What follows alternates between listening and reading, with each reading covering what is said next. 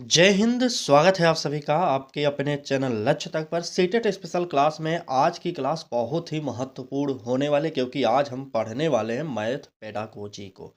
तो चलिए क्लास को शुरू कर देते हैं। अब जो भी समय बचा है उसमें अधिक मेहनत करना पड़ेगा, क्योंकि समय कम है और पढ़ना भी हमें बहुत है। प्रैक्टिस सेट अधिक से अधिक हल करिए, क्योंकि ये एक ऐसा साधन है प्रैक्टिस जो आपको परीक्षा में अच्छा अंक दिला सकता है। तो अगर आपको भी मैथ पेडागोजी से डर लगता है तो ये क्लास ज़रूर देखिए, ये वाली। उसके बाद आप खुद समझ जाएंगे कि मैथ पेडागोजी को किस तरीके से सॉल्व किया जाता है। ठीक। आज के सारे प्रश्न एनसीईआरटी के हैं और साथ में एकदम नए नए प्रश्न आपके सामने रखे जाएंगे। ठीक है, तो चलिए क्लास को शुरू करते हैं और पहला प्रश्न देखेंगे क्या कहा जा रहा है। ठीक है, एक मिनट रुकिए। चलिए, पहले प्रश्न में कहा जा रहा है, बहुत इंपॉर्टेंट है, यदि शिक्षक छात्र की गलत अवधारणा या धारणा को नए अनुभवों से संशोधित करता है तो यह किस सिद्धांत पर आधारित है। ए ऑप्शन कह रहा है कि व्यवहारवाद, बी ऑप्शन सामाजिक अधिगम, सी ऑप्शन संज्ञानात्मक और डी ऑप्शन अभ्यास सिद्धांत। चलिए, कमेंट करिए जल्दी से, उत्तर बताइए कि कौन सा हमारा यहाँ पर सही हो जाएगा। ठीक है, प्रश्न समझ गए हो तो जल्दी से उत्तर बताइए, क्योंकि यहाँ पर प्रश्न में पूछा गया कि यदि शिक्षक छात्र की गलत धारणा को नए अनुभवों से संशोधित करता है तो यह किस सिद्धांत पर आधारित होगा। तो यह जो भी लोग व्यवहारवाद बता रहे हैं, इनका ऑप्शन व्यवहारवाद सही नहीं होना है। ठीक है, काटिए। बी ऑप्शन कह रहा है कि सामाजिक अधिगम, बिल्कुल नहीं, अभ्यास सिद्धांत नहीं होगा। यहाँ पर जो होगा वह होगा क्या, संज्ञानात्मक संघर्ष की बात किया जा रहा है। ठीक है, तो यहाँ पर उत्तर हमारा सी ऑप्शन सही होगा। आगे बढ़ेंगे, अगला प्रश्न देखेंगे क्या कहा जा रहा है। चलिए, कहा जा रहा है कि गणित में एल्गोरिथम सब क्षमता का अर्थ क्या है। एल्गोरिथम का अर्थ क्या है, आपसे ये पूछा जा रहा है, बताइए।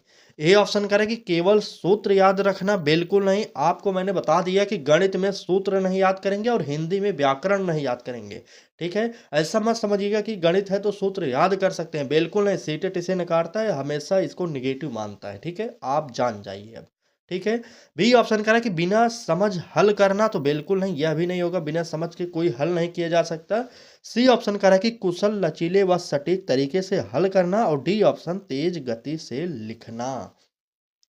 तो तेज गति से लिखना नहीं होगा। उत्तर जो होगा हमारा यहाँ पर कुशल, लचीले व सटीक तरीके से हल करना, यानी कि हमारा तीसरा ऑप्शन सही हो जाएगा। ठीक है, क्लास को एकदम ध्यान से देखिएगा, समझते हुए चलिए, क्योंकि मैथ पेडागोजी या जो हम करा रहे हैं पेपर 1 और पेपर 2 दोनों के लिए उपयोगी है। ठीक है, चलिए आगे बढ़ते हैं और अगला प्रश्न देखेंगे क्या कहा जा रहा है। प्रश्न में कहा जा रहा है कि यदि छात्र उत्तर सही करता है पर तर्क गलत है तो शिक्षक को क्या करना चाहिए। ए ऑप्शन करा कि पूरे अंक देना चाहिए, बिल्कुल नहीं, अंक की बात आप किसी भी प्रश्न के ऑप्शन में नहीं मानेंगे। ठीक है, इसलिए ए ऑप्शन काटिए। बी ऑप्शन करा कि उत्तर अस्वीकार करना, बिल्कुल नहीं, आप उत्तर भी अस्वीकार नहीं करेंगे। सी ऑप्शन करा कि तर्क पर चर्चा कराना, और डी ऑप्शन प्रश्न बदल देना। ठीक है, तो अगर आपसे पूछा जाए कि यदि छात्र उत्तर सही करता है पर तर्क गलत है तो शिक्षक को क्या करेंगे, तो शिक्षक तर्क पर चर्चा कराएगा, जिसके द्वारा बालक खुद समझ जाएगा कि हमने क्या गलती की है, कहाँ पर गलती की है। बालक खुद से समझकर उसे सुधार कर लेगा। ठीक है, इसलिए यहाँ पर भी हमारा उत्तर तीसरा ऑप्शन यानी कि सी ऑप्शन सही हो जाएगा।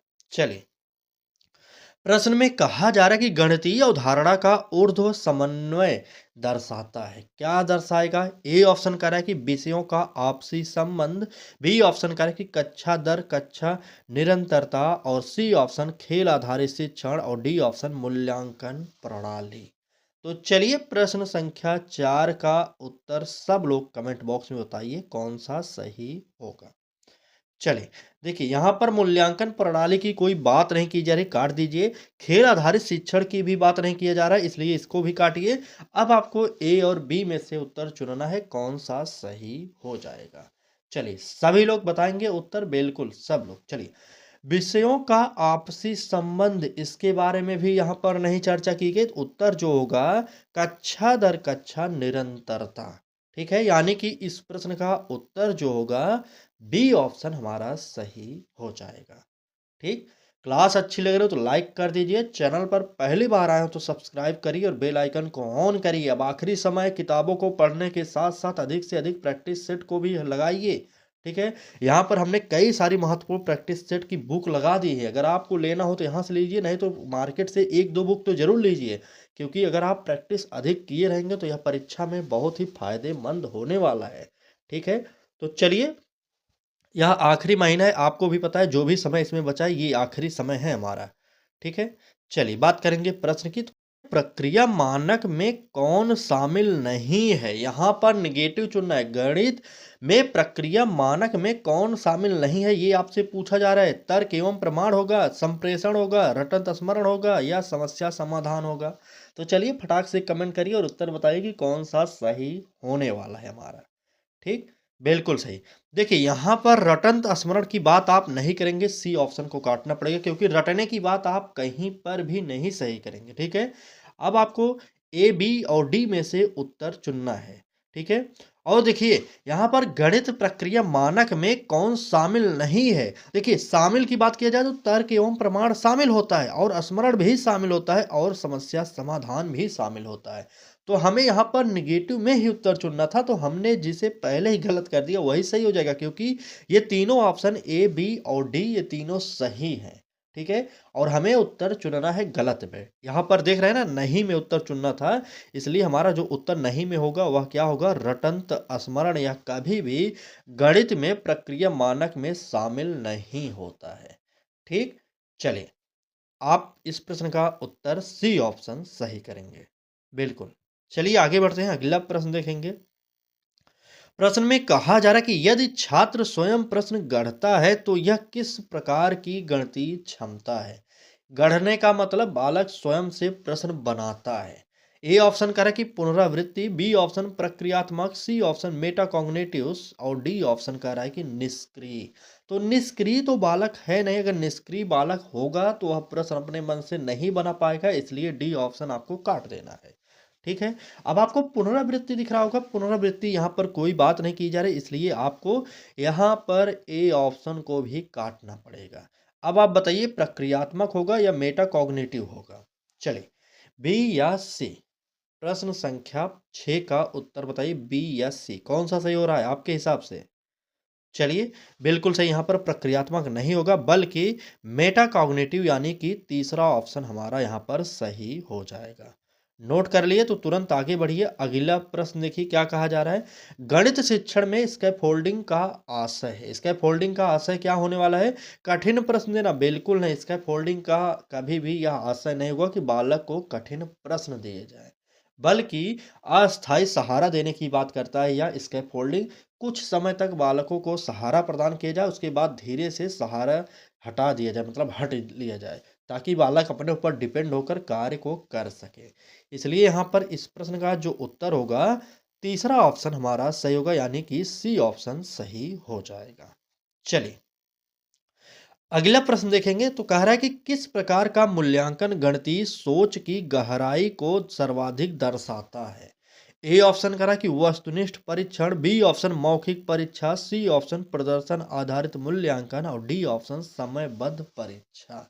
चलिए प्रश्न संख्या 8 का उत्तर कमेंट बॉक्स में बताइए कौन सा सही हो जाएगा। ठीक, चलिए फटाक से कमेंट करिए और उत्तर बताइए कौन सा सही होगा। किस प्रकार का मूल्यांकन गणितीय सोच की गहराई को सर्वाधिक दर्शाता है। बिल्कुल सही। देखिए यहाँ पर वस्तुनिष्ठ प्रश्न जो होते हैं ये सर्वाधिक गहराई सोच को नहीं दर्शाएंगे, इसलिए आपको ए ऑप्शन को काटना पड़ेगा। बी ऑप्शन कह रहा है कि मौखिक परीक्षा, बिल्कुल नहीं, मौखिक परीक्षा की यहाँ पर बात भी नहीं हो रही है, आपको पता होना चाहिए।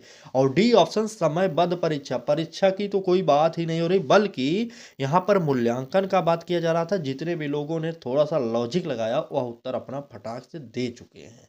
ठीक है, तो यहाँ पर इस प्रश्न का जो उत्तर होगा प्रदर्शन आधारित मूल्यांकन होगा। चलिए बिल्कुल आगे बढ़े। अगला प्रश्न देखिए क्या कहा जा रहा है। तो अगले प्रश्न में कहा जा रहा है कि यदि छात्र प्रतीकों से पहले चित्रों द्वारा समस्या समझता है तो यह किस क्रम को दर्शाता है। ए ऑप्शन कह रहा है कि अमूर्त ठोस प्रतीक, बी ऑप्शन ठोस चित्रात्मक प्रतीक, और सी ऑप्शन प्रतीक ठोस चित्र, और डी ऑप्शन रटंत समझ अनुप्रयोग, तो रटने की बात यहाँ पर नहीं हो रही, काटिए। ठीक है, चलिए। पूछा क्या गया था प्रश्न में, यदि छात्र प्रतीकों से पहले चित्रों द्वारा समस्या समझता है तो क्या दर्शाएगा। बिल्कुल सही। यहाँ पर जो लोग प्रतीक ठोस ये सब बता रहे हैं गलत है। उत्तर जो होगा पहले ठोस होगा, फिर चित्रात्मक होगा, फिर प्रतीक होगा। नोट कर लीजिए, इस प्रश्न का उत्तर जो होगा बी ऑप्शन हमारा सही हो जाएगा। ठीक, एकदम से बी ऑप्शन सही हो जाएगा। आगे बढ़ें, चलिए। में मल्टीपल रिप्रेजेंटेशन का उद्देश्य क्या है। ए ऑप्शन कह रहा है कि समय बढ़ाना, बी ऑप्शन एक ही विधि सिखाना, सी ऑप्शन कह रहा है कि अवधारणा की बहुआयामी समझ, और डी ऑप्शन केवल दृश्य सामग्री। तो केवल दृश्य सामग्री कट जाएगा। ए और बी और सी में से उत्तर आपको बताना है कौन सा सही हो जाएगा। चलिए, समय बढ़ाने की बात कर रहा है तो यहाँ पर ए ऑप्शन भी हमारा कट जाएगा। एक ही विधि सिखाना होगा तो बिल्कुल नहीं, एक विधि की बात नहीं करेगा। जबकि यहाँ पर मल्टीपल कह रहा है तो मल्टीपल मतलब हो जाएगा बहुआयामी या बहुत सारे। ठीक है, तो यहाँ पर अवधारणा की बहुआयामी समझ, इस प्रश्न का उत्तर बिल्कुल सही हो जाएगा। ठीक, चलिए आगे बढ़े, अगला प्रश्न देखते हैं क्या कहा जा रहा है। तो अगले प्रश्न में कहा जा रहा है कि यदि शिक्षक प्रश्न का उत्तर स्वयं बता देता है तो यह किस सिद्धांत के विरुद्ध है। मतलब अपने क्लास में आप टीचर हैं, एक प्रश्न बालक से पूछते हैं कि बालक के उत्तर देने से पहले आप खुद उत्तर बता देते हैं, तो यह पूछा जा रहा है कि किस सिद्धांत के विरुद्ध ये कार्य कर रहे हैं, आप बताइए। ए ऑप्शन कह रहा है कि व्यवहारवाद, बी ऑप्शन खेल खोज अधिगम, और सी ऑप्शन कह रहा है कि अभ्यास सिद्धांत, और डी ऑप्शन अनुकरण। खोज सिद्धांत बिल्कुल सही। जितने भी लोगों ने खोज सिद्धांत मारा बिल्कुल सही आंसर मार दिया आप लोगों ने। ठीक है, तो यहाँ पर इस प्रश्न का जो उत्तर होगा बी ऑप्शन सही हो रहा है। ठीक, तो कोशिश यही की जा रही कि समय कम है, आपको नए नए प्रश्नों से परिचित करा दिया जाए। और जो भी लोग हमारे साथ जुड़े हैं उनसे विनम्र निवेदन करेंगे, अब तक अगर आपने कुछ भी नहीं पढ़ा हो तो, लेकिन अब आखिरी महीना है, आखिरी समय जितने भी दिन इस महीने के बचे हैं उसमें मेहनत कर लीजिए, अधिक से अधिक करिए, क्योंकि परीक्षा की डेट एकदम नज़दीक आ चुकी है। अब अगर ढिलाई करेंगे आप तो परीक्षा में उसका खामियाजा आपको भुगतना पड़ेगा। ठीक, बाकी आपकी इच्छा है, आप चाहते हैं तो अभी भी आराम कर सकते हैं, आप चाहते हैं तो अभी मेहनत कर सकते हैं। ठीक है, चलिए बात करेंगे प्रश्न की। गणितीय प्रमाण का शैक्षिक महत्व है, क्या महत्व होने वाला है ये आपको बताना है। परीक्षा में अंक होगा या सूत्र याद रखना, ये सूत्र याद रखने की कोई बात नहीं होना है, काटिए, निगेटिव है। सी ऑप्शन करें तार्किक चिंतन का विकास, और डी ऑप्शन कठिनाई बढ़ाना। कठिनाई बढ़ाने की बात हमें किसी भी प्रश्न के ऑप्शन को सही नहीं मानना है। ठीक है, अब आपको बताना है कि गणितीय प्रमाण का शैक्षिक महत्व क्या है। चलिए, हमने आपसे पहले भी बता दिया था कि गणित में हो या हिंदी में हो, किसी भी सब्जेक्ट में हो, परीक्षा में अच्छे अंक वाला ऑप्शन निगेटिव होता है, काट देंगे। यहाँ पर हमारा जो होगा सी ऑप्शन सही होगा, तार्किक चिंतन का विकास, यानी कि सी ऑप्शन सही हो जाएगा। ठीक है, चलिए सी ऑप्शन को नोट कर लीजिए, बिल्कुल सही। चलिए आगे आइए, अगला प्रश्न देखते हैं। कहा जा रहा है कि किस स्थिति में गणितीय त्रुटि सीखने का अवसर बनती है। जब दंड दिया जाए, जब अनदेखा किया जाए, या जब उसका विश्लेषण हो, या जब उत्तर बदल दिया जाए। प्रश्न संख्या 13 का कमेंट बॉक्स में सब लोग उत्तर एक तरफ से करेंगे। चले, किस स्थिति में गणितीय त्रुटि सीखने का अवसर बन जाती है। कभी भी जब दंड दिया जाएगा तो वहाँ पर सीखने का अवसर नहीं बनेगा, ये आपको पता होना चाहिए। जब अनदेखा ही किया जाएगा बालक को तो वहाँ पर बालक सीखने का अवसर कैसे समझ पाएगा, इसलिए बी ऑप्शन भी कट जाएगा। जब उसका विश्लेषण हो, जब उसका उत्तर बदल दिया जाए, तो यहाँ पर बदलने की बात ना करके हम उत्तर क्या मारेंगे कि जब उसका विश्लेषण हो। ठीक, तो यहाँ पर क्या तीसरा ऑप्शन हमारा सही होगा, जब उसका विश्लेषण हो। ठीक है, चलिए आगे आइए, अगला प्रश्न देखेंगे। तो कहा जा रहा है कि यदि छात्र नियम को परिस्थिति अनुसार बदलता है तो यह किसका संकेत है। ए ऑप्शन भ्रम का, बिल्कुल नहीं, भ्रम का नहीं होगा। गलतफहमी बिल्कुल नहीं होगा। अवधारणात्मक समझ होगा, या अनुशासनहीनता। यहाँ पर भी हमारी जो ट्रिक है वो काम कर रही है। हमने निगेटिव शब्दों को जो भी अभी तक आपको नोट करा दिया है, यहाँ पर ये निगेटिव शब्द दिख रहे होंगे आपको। तो बताइए जल्दी से कौन सा हमारा सही होने वाला है। चलिए, बिल्कुल सही, अनुशासनहीनता की बात। अब आप अनुशासन की बात ही नहीं करेंगे, ना ही अच्छे अनुशासन की, ना ही अनुशासनहीनता की। इस प्रकार की बातें आप नहीं करेंगे, इसलिए हमारा उत्तर जो होगा सी ऑप्शन होगा, अवधारणात्मक समझ। ठीक, बिल्कुल। चलिए,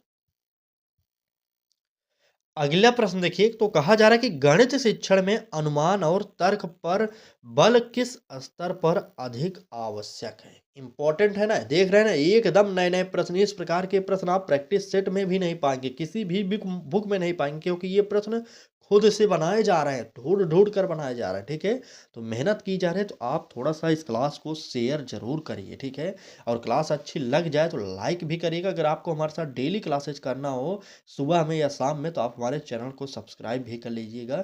डेली आपको 2-3 क्लासेज मिल रही हैं।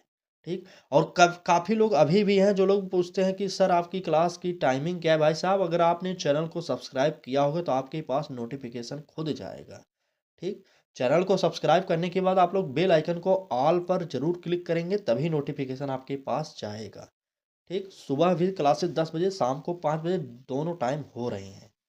ठीक है, चलिए बताइए, गणित शिक्षण में अनुमान और तर्क पर बल किस स्तर पर अधिक आवश्यक होता है। क्या केवल उच्च स्तर पर? बिल्कुल नहीं, केवल उच्च स्तर की बात हम नहीं करेंगे। केवल प्राथमिक पर? बिल्कुल नहीं। सभी स्तरों पर? केवल प्रतियोगी परीक्षा नहीं, बल्कि सभी स्तरों पर हमारा उत्तर सही हो जाएगा। ठीक, बिल्कुल। समझते हुए चलिए, बस और कुछ नहीं, सीटेट में कुछ रखा नहीं, आप समझ गए तो आपके लिए बहुत ही अच्छा होगा, क्योंकि समझने पर ही आधारित होगा सीटेट का सारा प्रश्न। प्रश्न देखिए, कहा जा रहा है कि कौन सा गणित कथन है जो गणितीय अधिगम के लिए सबसे उपयुक्त है। वह कौन सा कथन है जो गणितीय अधिगम के लिए सबसे उपयुक्त है, बताना होगा। ए ऑप्शन, गणित जन्मजात क्षमता है। बी ऑप्शन, गणित केवल अभ्यास से आता है। सी ऑप्शन, गणित समझ और अभ्यास दोनों से विकसित होता है। और डी ऑप्शन, गणित केवल प्रतिभाशाली बच्चों के लिए है। क्या सिर्फ गणित जो पढ़ने में ठीक ठाक है, प्रतिभाशाली उनके लिए होता है? बिल्कुल नहीं, काट दीजिए, डी ऑप्शन गलत है।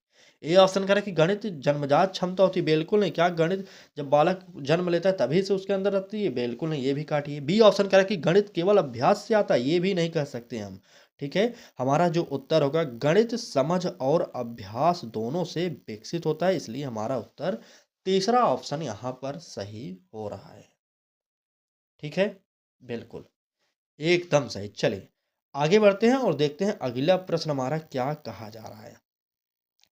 तो प्रश्न में कहा जा रहा है कि गणित में खुला मूल्यांकन का लाभ है।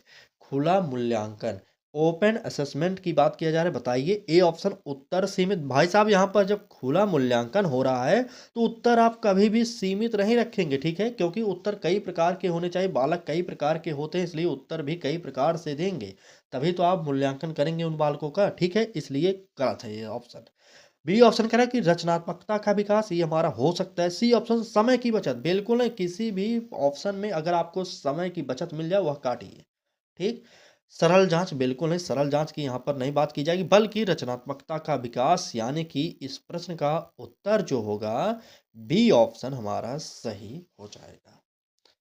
ठीक, बिल्कुल सही, यहाँ पर बी ऑप्शन एकदम सही हो जाएगा। आगे बढ़िए, अगला प्रश्न देखिए क्या कहा जा रहा है। तो प्रश्न में कहा जा रहा है कि यदि छात्र अपने समाधान की स्वयं जांच करता है तो यह है क्या है, बताइए। अपनी, छात्र जो है अपने मन से अपने समाधान की स्वयं जांच कर रहा है, तो क्या होने वाला है ऑप्शन। बाह्य मूल्यांकन, सहपाठी मूल्यांकन, आत्म मूल्यांकन या निदानात्मक मूल्यांकन। तो खुद से कर रहा है, तो यहाँ पर कुछ सोचने की बात नहीं, खुद से करने वाले कार्य को आत्म कहा जाता है। ठीक है, खुद से, स्वयं से, आत्म मूल्यांकन, यानी कि यहाँ पर हमारा तीसरा ऑप्शन सही हो रहा है। ठीक, चलिए, आगे आइए, अगला प्रश्न देखेंगे। तो कहा जा रहा है कि गणित शिक्षण में संदर्भ आधारित प्रश्न का मुख्य लाभ है। क्या लाभ है? कठिनाई बढ़ाना होगा, पाठ्यक्रम विस्तार होगा, वास्तविक जीवन से संबंध होगा, या समय खपत। समय खपत वाला ऑप्शन गलत है, बताइए। गणित शिक्षण में संदर्भ आधारित प्रश्न का मुख्य लाभ क्या होता है, बताइए फटाक से। ए ऑप्शन, कठिनाई बढ़ाना। बिल्कुल नहीं, यहाँ पर संदर्भ आधारित प्रश्न का कभी भी यह लाभ नहीं होना चाहिए कि वहाँ पर कठिनाई बढ़ जाए। पाठ्यक्रम का विस्तार भी आप नहीं करेंगे बल्कि वास्तविक जीवन से संबंध। यही हमारा ऑप्शन सी सही हो रहा है। आपको थोड़ा-सा समझना पड़ेगा। देख रहे हैं यहाँ पर चारों ऑप्शनों को देखेंगे तो 3 ऑप्शन ऐसे थे जो चौथे से एकदम से अलग थे। ठीक है? थोड़ा-सा लॉजिक लगाइए। अब आखिरी समय है, अगर आप अब भी नहीं समझ पा रहे हैं तो थोड़ा-सा और मेहनत करना स्टार्ट कर दीजिए। ठीक? चलिए, फिलहाल जो भी समय बचा है हमें उसमें तो मेहनत करनी ही पड़ेगी। बात करेंगे अगले प्रश्न की, तो कहा जा रहा है कि गणित पेडागोजी का अंतिम लक्ष्य क्या है?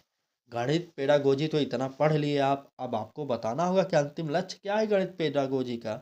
ए ऑप्शन देखिए, अधिक प्रश्न हल कराना। बी ऑप्शन, परीक्षा उत्तीर्ण कराना। सी ऑप्शन, तार्किक स्वतंत्र सोच विकसित करना। और डी ऑप्शन, सूत्र याद कराना। तो सूत्र याद कराने की बात हम नहीं करेंगे, इसलिए हमारा डी ऑप्शन गलत हो जाएगा। अब बताइए। बिल्कुल सही, यहाँ पर परीक्षा उत्तीर्ण कराना ये भी हमारा नेगेटिव है, काट दीजिए। ए और सी में से उत्तर बिल्कुल सही। अधिक प्रश्न आप हल नहीं करेंगे बल्कि गणित पेडागोजी का जो अंतिम लक्ष्य होता है वह होगा तार्किक स्वतंत्र सोच विकसित करना, यानी कि बी ऑप्शन हमारा सही हो जाएगा। ठीक, बिल्कुल सही। गणित पेडागोजी का अंतिम लक्ष्य, इसे याद कर लीजिए। खुद तो याद कर सकते हैं लेकिन आप ऑप्शन को याद करने वाला मत टिक करिएगा। ठीक है, आप स्वयं तो याद कर सकते हैं लेकिन आप बालक को कोई चीज़ याद कराने की बात नहीं करेंगे पेपर में। ठीक, तो चलिए इस प्रश्न का उत्तर सी ऑप्शन नहीं होगा, बिल्कुल सी ऑप्शन होगा। यहाँ पर बी ऑप्शन लिख दिया ना, यहाँ पर चलिए सी ऑप्शन ही होगा।